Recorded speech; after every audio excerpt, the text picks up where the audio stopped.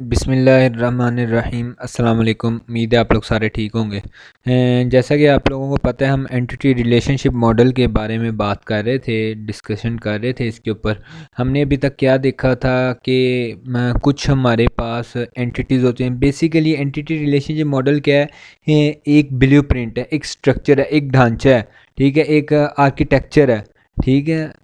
कि हम एक डिज़ाइन सा तैयार कर लेते हैं अपनी डेटाबेस का, कि हमारी डेटाबेस कैसी लगेगी, उसके अंदर क्या क्या चीज़ें होंगी, कौन सी चीज़ किसके साथ इंटरेक्ट करेगी, उनकी एसोसिएशन क्या होगी, क्या रिलेशनशिप होंगे, उसके अंदर कौन सी कीज़ होंगी, कौन सी कीज़ नहीं होंगी। यानी कि आप, जैसे मैंने आपको लास्ट टाइम एग्जांपल दी थी कि जब हम घर बनाने लगते हैं, हम सबसे पहले क्या कर लेते हैं, उसका एक स्ट्रक्चर जो है, उसका ब्लूप्रिंट जो है, नक्शा जो है वो तैयार कर लेते हैं। सेम एज इट इज़ आप एंटिटी रिलेशनशिप मॉडल को कह लें कि हम उसका एक डेटाबेस का अपना सारा जो हमने डेटाबेस आप कह लें कि इम्प्लीमेंट करनी है, कोडिंग करनी है, वो सारी किस तरह करनी है, उससे पहले हम उसका डिज़ाइन तैयार कर लेंगे। जैसे कि आप लोगों को अगर याद हो कि हम प्रोग्रामिंग के अंदर फ़्लो चार्ट करते होते थे, कि हम फ़्लो चार्ट बना लेते थे कि किस तरह हमारे प्रोग्राम का फ़्लो जो है वो मूव होता रहेगा, क्या क्या डिसीजन, यानी कि सारे काम जो है वो हम उसी फ़्लो चार्ट के अंदर डिफ़ाइन कर देते थे। ये चीज़ें हमने पढ़ ली हैं, मैं इसके ऊपर डिस्कशन नहीं करूँगा। ये जैसे हमने पहले बात कर ली थी, हमारे पास एंटिटीज़ होती हैं, स्ट्रॉन्ग एंटिटी आप कह लें या सिंपल एंटिटी कह लें, और एक वीक एंटिटी होती है। इसके ऊपर भी हमने डिस्कशन कर ली थी। एट्रीब्यूट्स क्या होते हैं, आप कह लें उसकी प्रॉपर्टीज़, टाइप ऑफ एट्रीब्यूट भी हमने देख लिए थे। उसके बाद रिलेशनशिप की आज हमने बात करनी है। ये एक शॉर्ट सा हम लेक्चर रखेंगे आज का अपना सिर्फ, जिसके अंदर हम रिलेशन की बात करेंगे। नेक्स्ट लेक्चर के अंदर इंशाल्लाह ताला हम अपने पूरे ईआर मॉडल को वाइंड अप कर देंगे, क्लोज़ कर देंगे। आज के लेक्चर में सिंपल हम एक शॉर्ट सा आप कह लें कि देखेंगे कि रिलेशनशिप बेसिकली क्या है। जैसे कि मैंने आप लोगों को, ये हमने एट्रीब्यूट्स वगैरह देख लिए हैं सारे।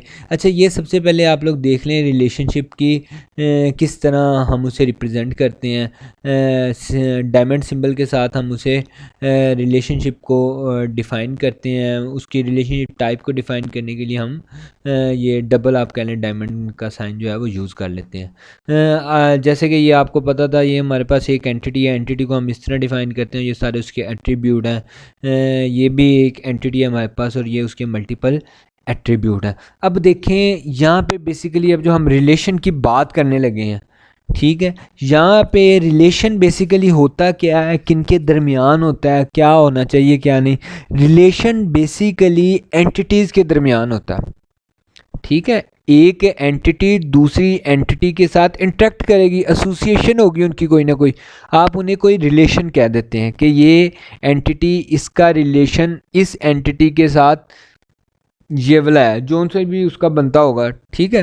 तो अकॉर्डिंग टू रिक्वायरमेंट आप लोग रिलेशन जो है वो उसका फाइनलाइज करते हैं कि इस दो एंटिटीज़ का आपस में क्या रिलेशन है, ठीक है। अब रिलेशनशिप के आप टाइप देखें, 1 to 1। ये साथ साथ मैं आपको एक शॉर्ट एग्जांपल देता जाऊंगा ताकि ये चीज़ें हमारे साथ लिंक करती जाऊँ। ये साथ हमारे साथ एक एग्जांपल भी है, ये सारी एग्जांपल भी है, इसे भी हम शॉर्ट देखेंगे कि ये एग्जांपल क्या है। फिर हम नेक्स्ट लेक्चर में इसे कंप्लीट वाइंड अप कर देंगे, हमारे सारी एंटिटीज़ को, उसके रिलेशनशिप को, एट्रीब्यूट्स को फाइनल कर देंगे। अब देखें, एक एंटिटी बेसिकली आपको, जैसे मैंने पहले बताया कि एंटिटीज़ का आपस में रिलेशनशिप, एक एंटिटी का दूसरी एंटिटी के साथ रिलेशनशिप है, ठीक है, दो एंटिटीज़ का रिलेशनशिप आपस में। तो अब देखें, एक दो एंटिटीज़ का रिलेशन ये भी हो सकता है 1 to 1, यानी कि एक एंटिटी और दूसरी एंटिटी का रिलेशन आपस में 1 to 1 का है, यानी कि एक इस एंटिटी से और एक ही उस एंटिटी से चीज़ होगी, ठीक है। आप इसकी एग्जांपल ऐसे कह लें कि अगर हम डॉक्टर के पास जाते हैं, ठीक है, एक एग्जांपल की मैं बात करूं, डॉक्टर भी एंटिटी है, पेशेंट भी एक एंटिटी है। एट अ टाइम डॉक्टर एक ही पेशेंट को देखेगा, एक डॉक्टर एक ही पेशेंट, ठीक है, यानी कि एक डॉक्टर की एंटिटी से और एक पेशेंट की एंटिटी से। तो ये इन दोनों एंटिटीज़ का आपस में रिलेशनशिप क्या है, 1 to 1, ठीक है, एक इधर से और एक इधर से। अब दूसरा देखें, 1 to many, यानी कि एक एंटिटी से एक है और दूसरी एंटिटी से मैनी है, ठीक है, मल्टीपल है। तो ये बेसिकली रिलेशनशिप क्या होगा दो एंटिटीज़ का, वन टू मैनी का। जैसे आप एग्जांपल ले लें टीचर टू स्टूडेंट। अब टीचर एक एंटिटी है एंड स्टूडेंट भी एक एंटिटी है। अब स्टूडेंट देखें क्लास में अगर कोई टीचर पढ़ाता है तो एक टीचर है और मल्टीपल स्टूडेंट है, मैनी स्टूडेंट है हमारे पास। ठीक है, तो अब देखें एक एंटिटी का रिलेशनशिप क्या हुआ, वन टू मैनी। हम उसे इस तरह रिप्रेजेंट करते हैं। ये देखें, ये लाइन क्या बता रही है कि एक एक जो एंटिटी यहाँ पे होगी उसका एक है और यहाँ पे मैनी है, मल्टीपल है। ठीक है, यहाँ पे आगे टीचर की एंटिटी और यहाँ पे आगे स्टूडेंट की एंटिटी, यानी कि एक टीचर मल्टीपल स्टूडेंट को टीच करेगा, वन टू मैनी हो गया। और एक होता है मैनी, सिंपल मैनी आप कह लें कि मल्टीपल हो सकते हैं, एक एंटिटी का दूसरी एंटिटी के साथ मल्टीपल उसके साथ रिलेशनशिप हो जाएगा कि आप इस एंटिटी से मल्टीपल चीज़ें ले सकते हैं या कुछ भी हो सकता है, वन और मोर। ठीक है, ये भी एक हमारे पास रिलेशनशिप है। या एक होगा, वन लाजमी होगा और मल्टीपल होंगे। देखिए अगर यहाँ पे मैं टीचर और स्टूडेंट की लगा दूँ, अगर मैं यहाँ पे एक और लाइन लगा दूँ यानी कि वन और मोर का ऑप्शन, वन और, ये देखें ये बेसिकली यहाँ पे मैनी का ऑप्शन था, वन टू मैनी। ये देखें ये मैनी का साइन है, ये मैनी का साइन हमने यहाँ पे लगा दिया। ये वन और मोर का साइन है। वन और मोर का साइन बेसिकली क्या होता है, एक होना लाजमी है और जितने मर्जी हो जाए। अब फॉर एग्जांपल आप यहाँ पे कह लें कि मैं एक मैं कहता हूँ कि यहाँ पे मैं एक लाइन लगा देता हूँ।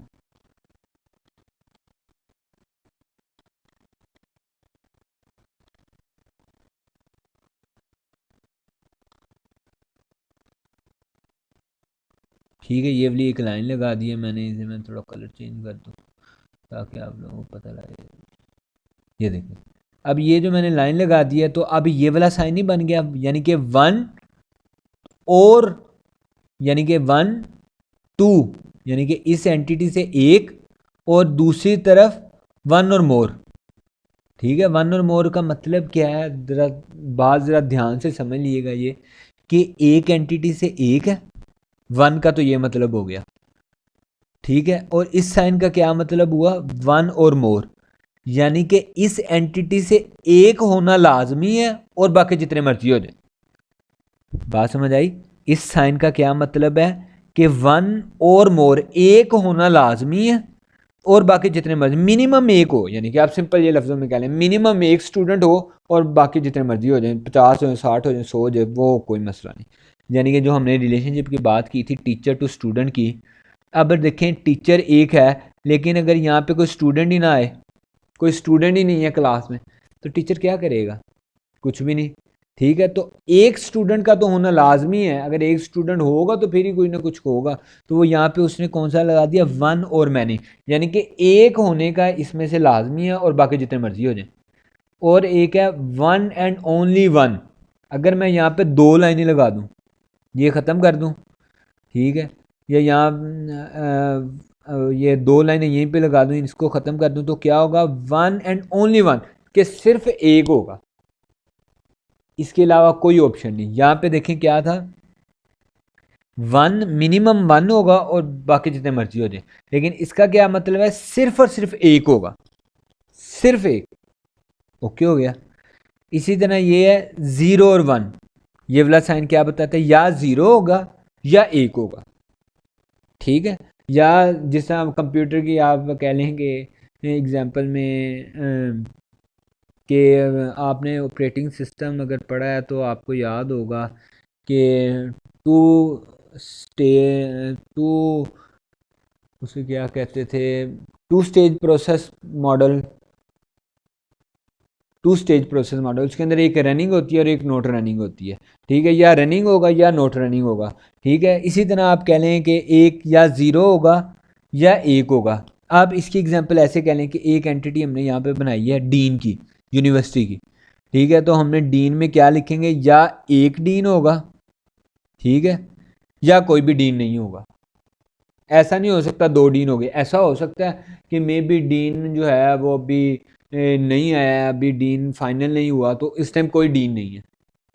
ठीक है, तो ऐसा हो सकता है या एक डीन है, ऐसा तो नहीं हो सकता कि मल्टीपल डीन हो, नहीं, ठीक है। तो ऐसा आप कह लें साइन क्या बताता है, या ज़ीरो होगा या वन होगा। ऑप्शनल आ जाते हैं ये, बेसिकली ऑप्शनल है कि होगा या नहीं होगा, कोई मसला नहीं, हो भी सकता नहीं भी हो सकता। ये भी ऐसे ही है ऑप्शनल।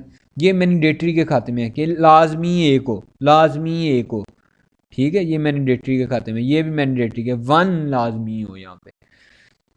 अब इसमें देखें यहाँ पे ज़ीरो और मैनी का क्या मतलब है कि यार कोई भी नहीं होगा, ठीक है, या बहुत ज़्यादा होंगे, ठीक है।